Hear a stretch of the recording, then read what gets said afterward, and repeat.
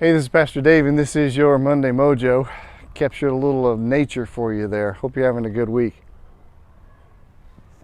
So if you live in a neighborhood that's got maple trees, it seems like this year these guys are really prolific at dropping these seeds. That we called them helicopters when I was a kid, right? They're coming down everywhere. I was sitting on the swing last night just watching them fall. They're coming down, and it reminds me of the story of the parable of the sower, right?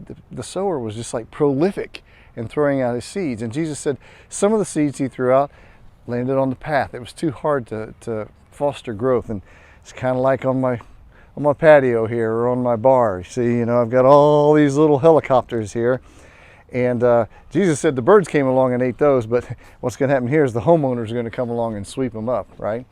And Jesus said some of the seed fell into rocky soil and it started to grow, but then it didn't have any soil for its roots to go deep. And so they grew up little seedlings, but that was it.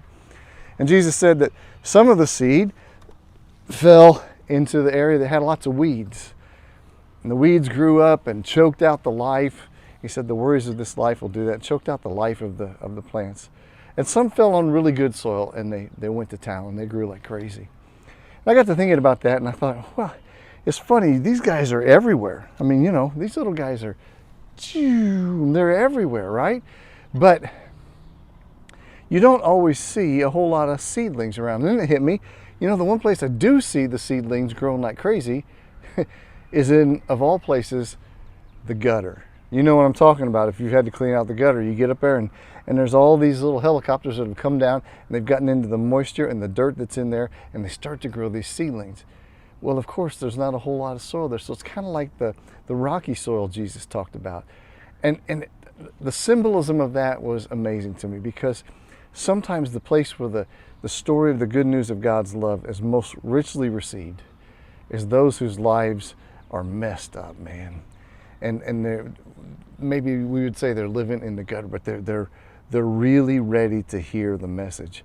And then I thought further. I thought, but then they don't have the soil to help them grow. So I did some research this morning and I found out there's a gentleman who he planted a maple tree 40 years ago, allows the seeds to fall into his gutter, goes in there and scoops them up, puts them into pots, takes them out of that low soil, puts them into little pots, fosters their growth, and then plants them. And that made me think, if it's true that the news of God's love and greatness falls into the hearts of people who are maybe going through a really, really rough time and they're ready to receive it, but they don't have the soil to go deep, maybe it's up to those of us who have been living in the soil for a long time and growing to help transplant that which has begun to grow in them and put it into some soil to give it a chance to grow into maturity.